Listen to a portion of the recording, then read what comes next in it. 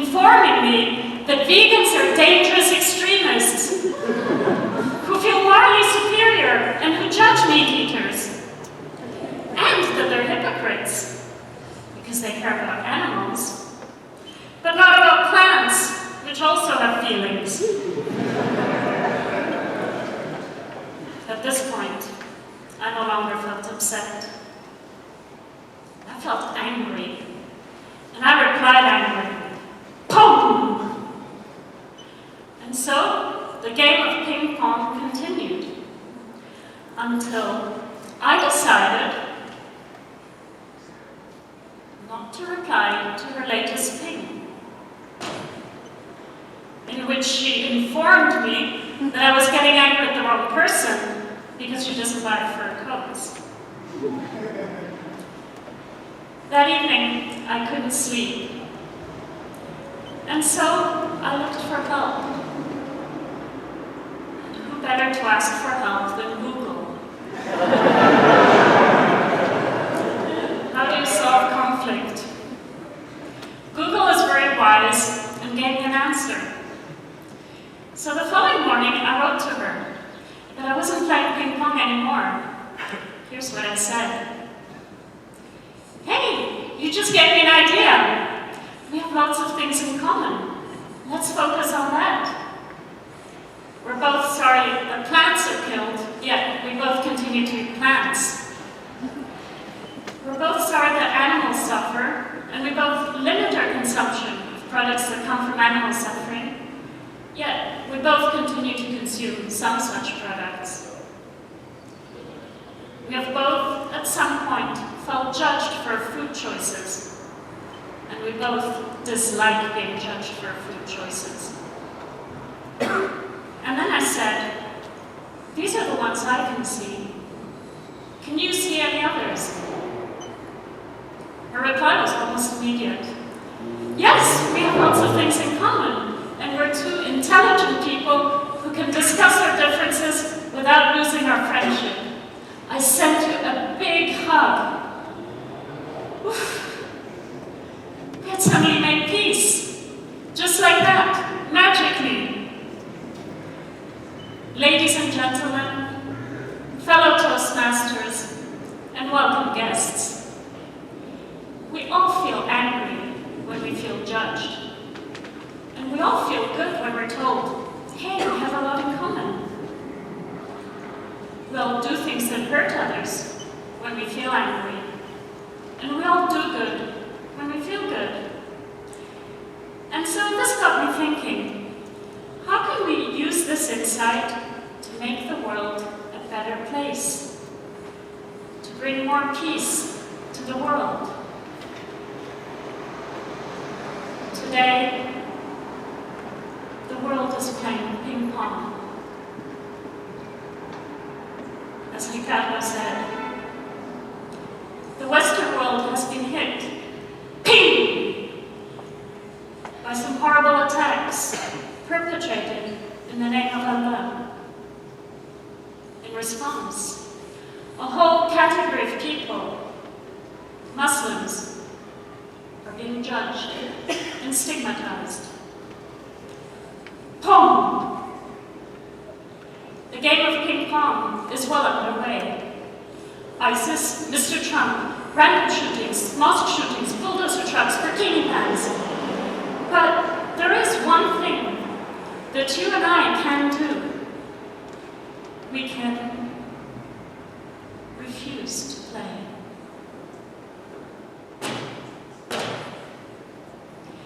And instead of playing ping pong with each other, we can focus on the many things we have in common.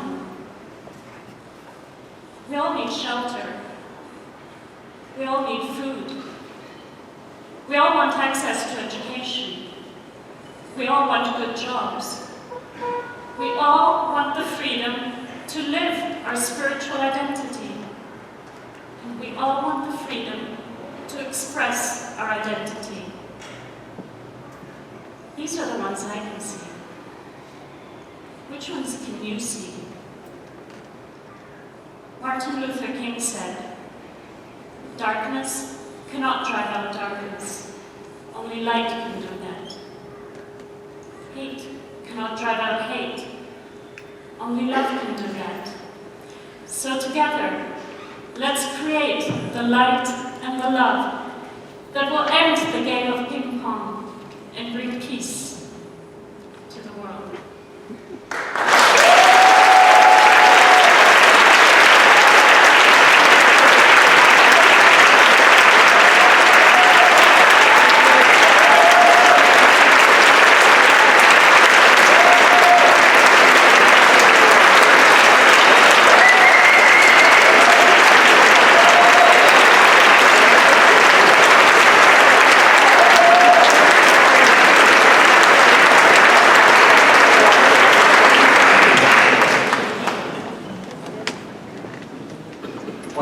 Judges, please.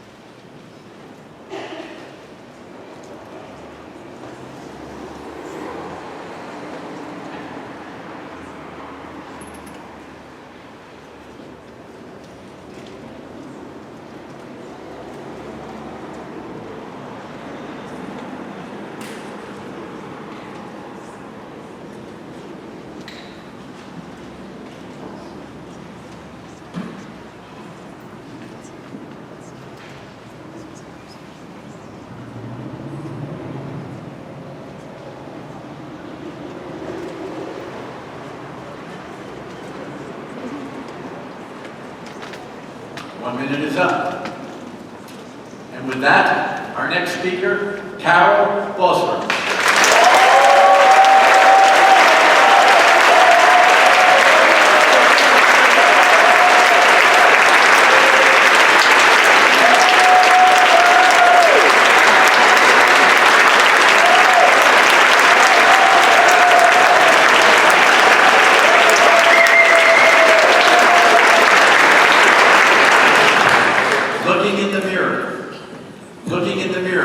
Carol Bosworth. No. Sorry? Go ahead. I got that wrong. I'm very sorry. My apologies. The secret of happiness.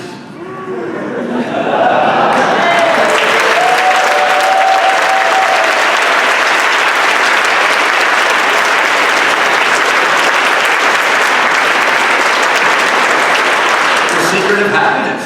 Carol Bosworth.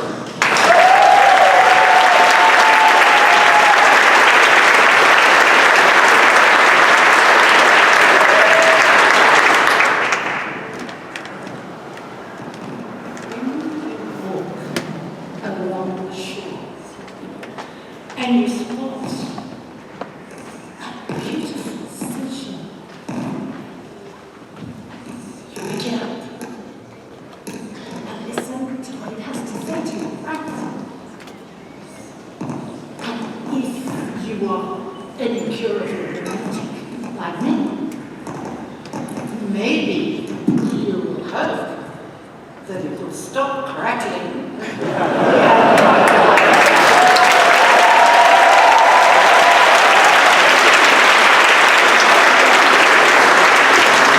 And tell you something wonderful, like the secret of happiness.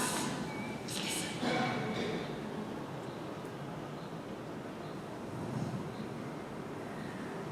The secret of happiness is be kind and help other people.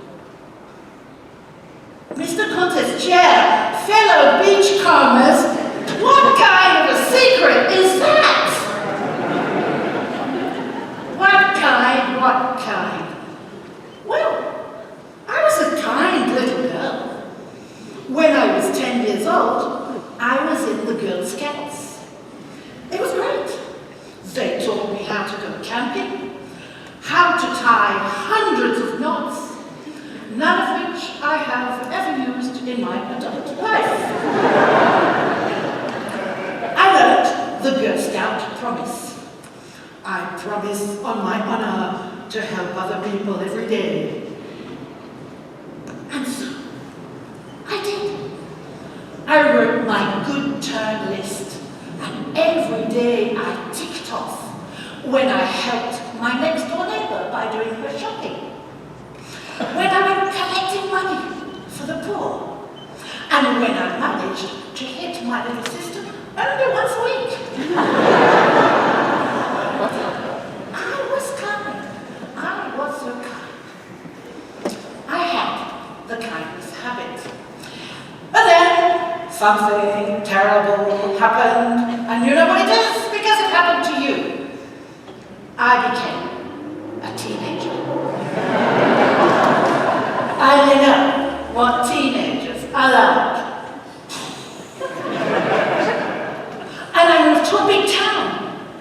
I went to work, and life somehow became complicated. I had to get tough. I had to fight. I had to win.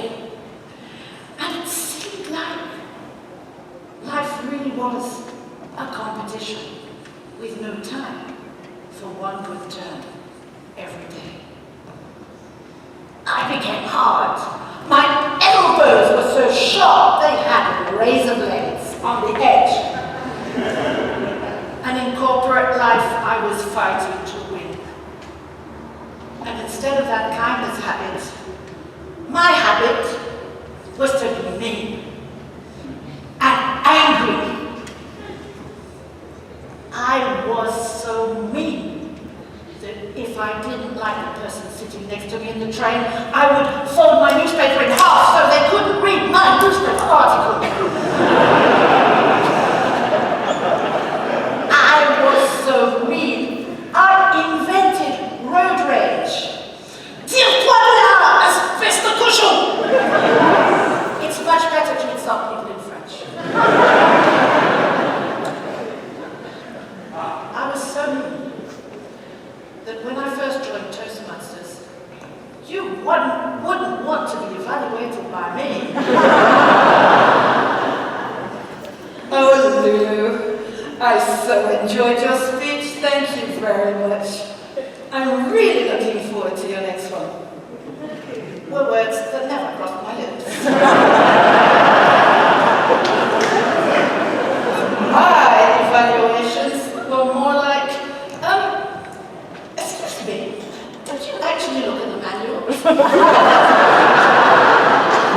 You might like to consider firing your mentor. Yeah. I was angry. I had lost the kindness habit so much that it had been replaced by this desire to always be right. And if I thought that I was right and you were wrong, my heart would begin to constrict, my breathing would become shallow, and I would see red and turn into a witch. My only desire to make you feel small.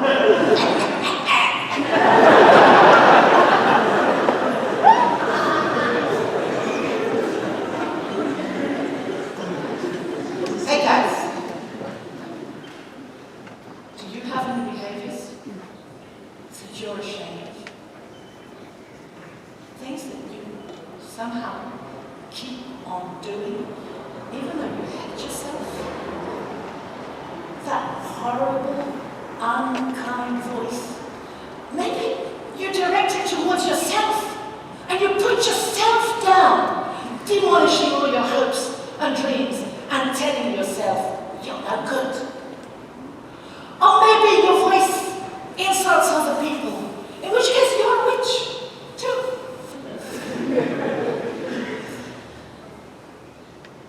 I'm not proud of my behavior.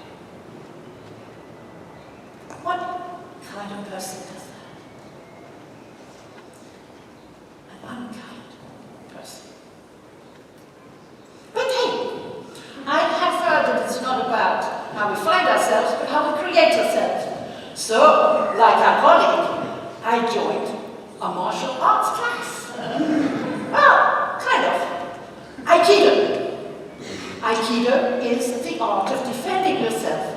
without attacking. Now, I do have to say that when I first joined the class, I was imagining that I was going to learn the killer put down, the one that would shut people up once and for all. But because my class is verbal Aikido, and it has taught me how to be kind and benevolent to my verbal attackers. And that has not been easy for me. But now, when I pick up my shell, I can hear, be kind and help other people loud and clear. Can you?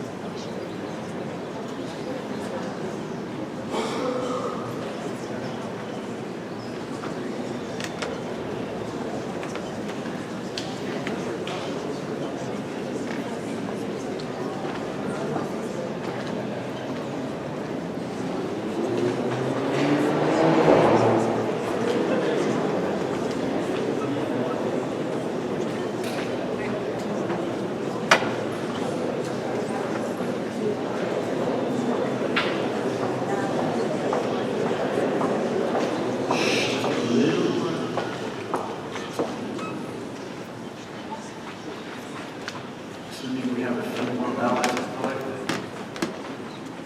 Let's go ballot.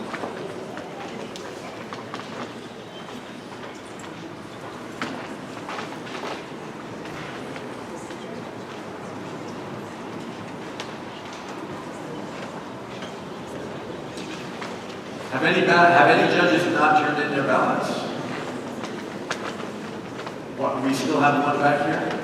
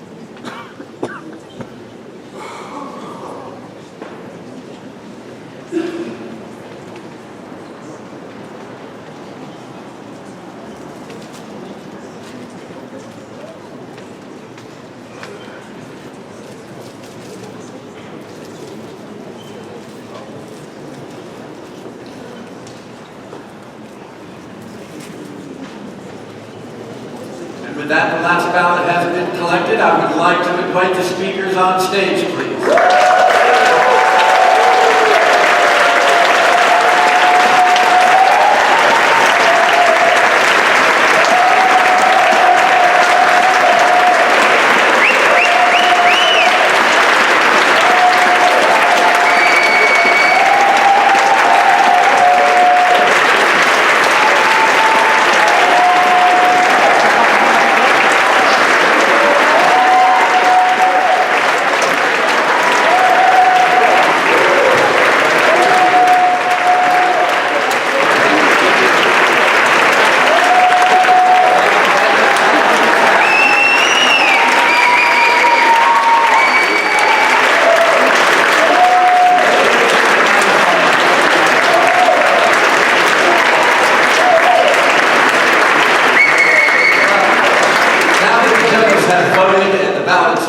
I really think that was a phenomenal level of speeches. I think 6 very world-class speeches. Thank you so much. Really.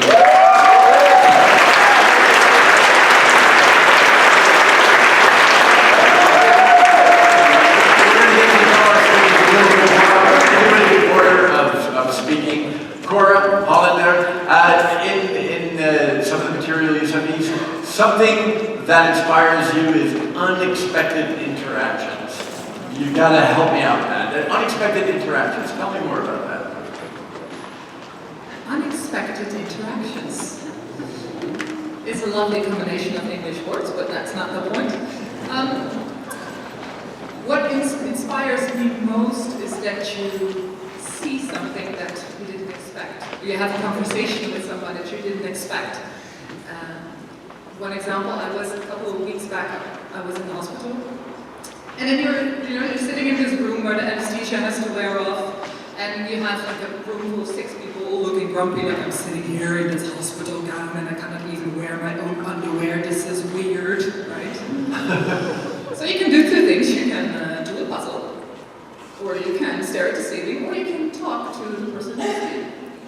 And I had a wonderful, half morphine-induced conversation with a gentleman who appeared to be a director of a very interesting organization, and we have still been in touch professionally. So unexpected interactions can bring you a lot of joy in life.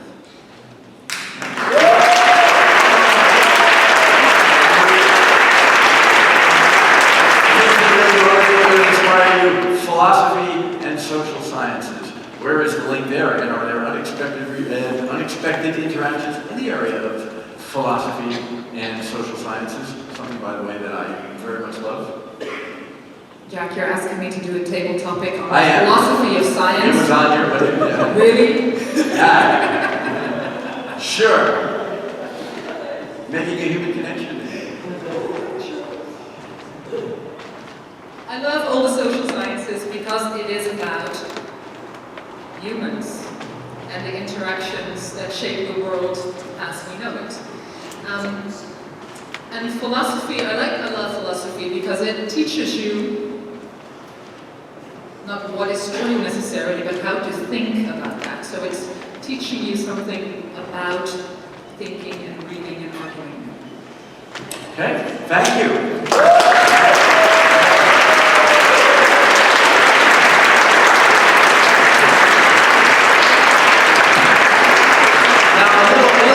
About Melchior and I, and also someone else in this room, Meg Preston. Melchior and I worked on a book together of love poetry. So as well as marrying people, he also writes poetry about love. And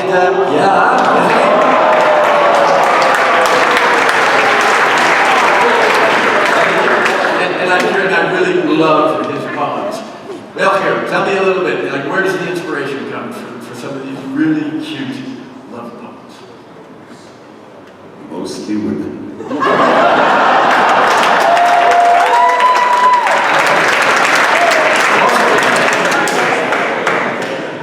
Where does inspiration for love come from? From love, from emotions. When you walk around in the streets, when you see something beautiful, when you see a flower and a woman comes to mind, that's what you write about, that's what you feel. That is love. So if you write about love, you feel the love and you put it on paper. There you go. For me, I feel love. So it's really easy to say like that. And it's true. You do have spontaneous interactions with people, women, sometimes. That triggers emotion for me. And that emotion I can put on paper and then publish in a book with an amazing love poet too. I recommend you to buy the book. It's called Home for Lovers, Home for Friends. Guys, as I love you too, I'm sure I'm going to write about this moment.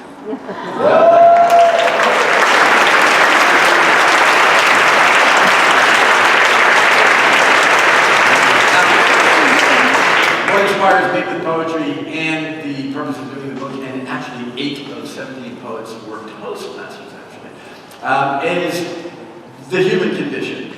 How do you work that into your speeches, the human condition? I know it's a tough question, but you're Melchior.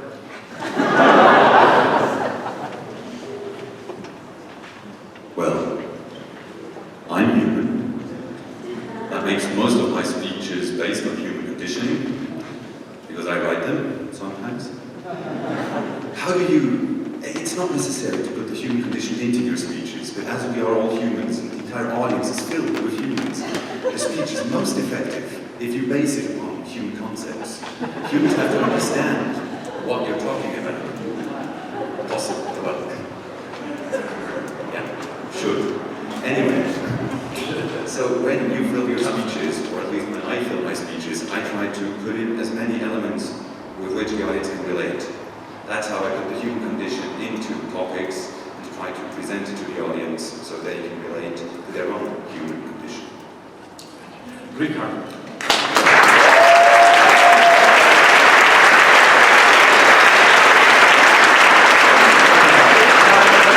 Take poetry.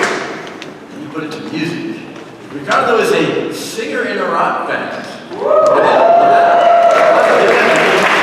us a little bit more about that. Well, I was afraid to speak in public and sing in public till I was 22 years old.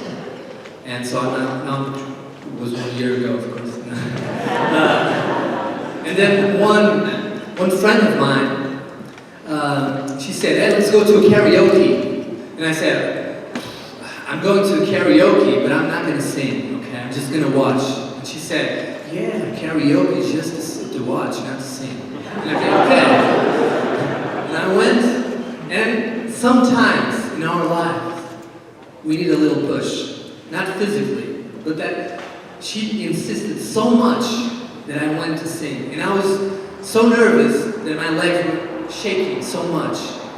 And the karaoke animator, entertainer, he said, instead of putting a song, a Portuguese song that I was going to sing, he put You Can Leave Your Hat On by Joe Cocker. Striptease song. And everyone in the bar was saying, take it off, take it off. And I was even more nervous. And then the song started, and I closed my eyes the entire song. But at the end, everyone was clapping, and I thought, amazing. 22 years of afraid of singing in public. And it was amazing, and I loved it. I went to sing 2 more times that night. And in the same year, I entered the rock and roll band that I still sing today. And that's a pivot moment. That's why I'm here, and why I have a different overview in life. When I have a fear, I just go forward.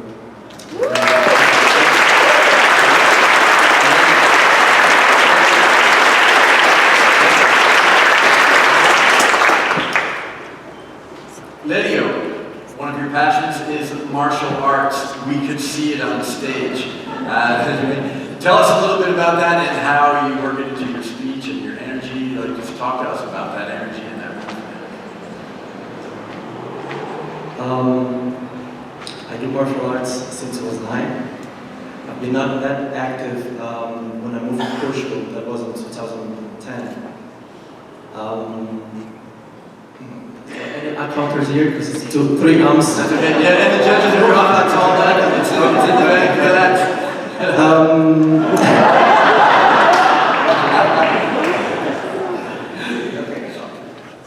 At the area contest, sorry, I can't help. I'm not doing it on purpose. At the area contest, after my speech, someone that already have been here in the World Championship, he stopped the whole ceremony, and then he said that if you want, I can help you to refine your speech, and you should make sure that the martial arts is very vivid to other people when they watch you perform. I didn't do it on purpose, it was just there in the movement.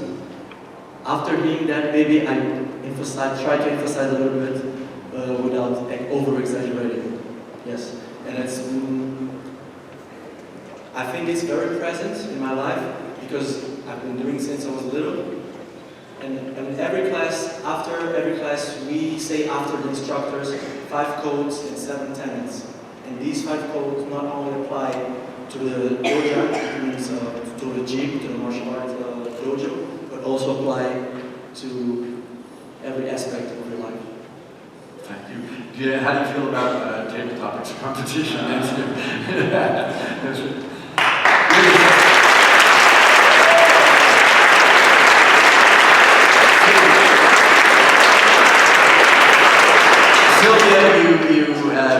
When you filled out your sheet and then you sent me the email and said, please ask me about my involvement in the Gemalto Connected Women. No? Please, I say, if you have to ask me. Okay. Well, I have to ask you. Talk to us a little bit about what is that all about, the big mission and how it inspires you. Gemalto Connected Women.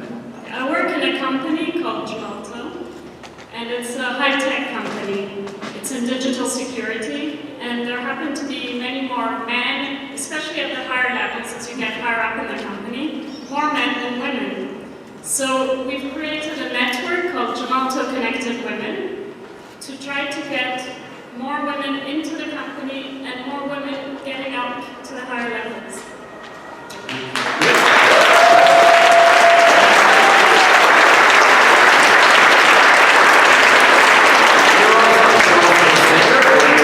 You also do some singing, is that correct?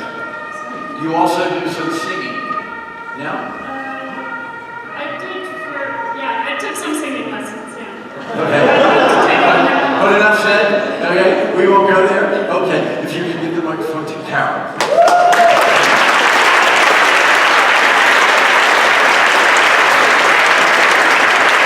And the obvious thing that I first have to do is say, I'm sorry, I don't know how I got the title wrong there. And you handled it so very brilliantly.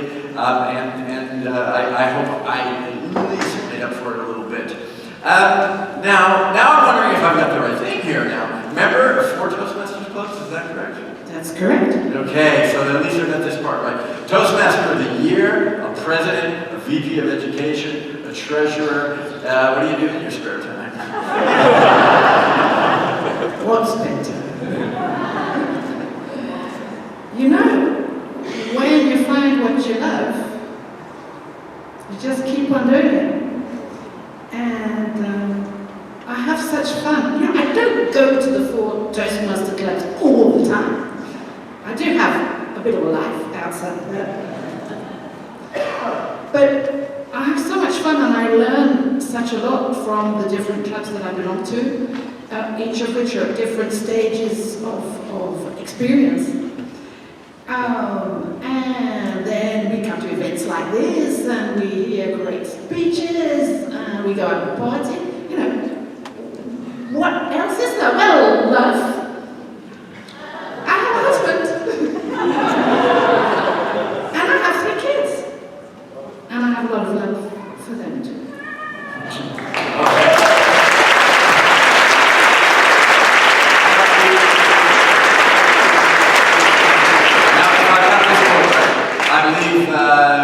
You do have a love outside of Toastmasters because when life gives you lemons, find someone with vodka and have a party.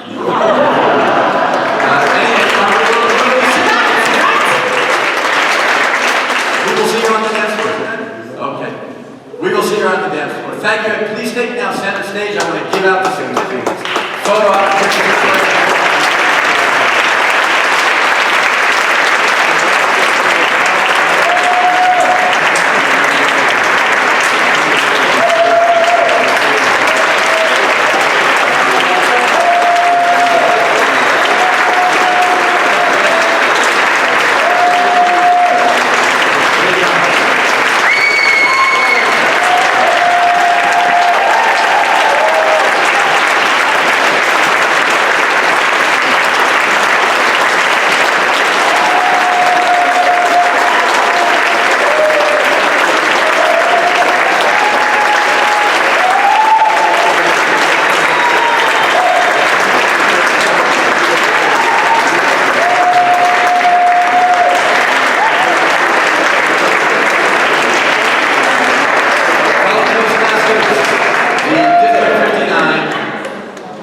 International Speech Contest in English is completed, and the results will be at dinner tonight. Thank you so much. Great level of speech.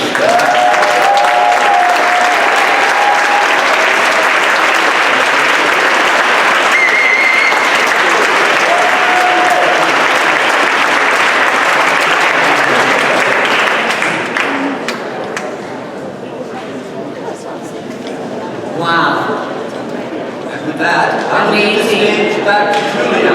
Just 1 second before you go, don't rush so much. I have good news for you. And first, let's thank John.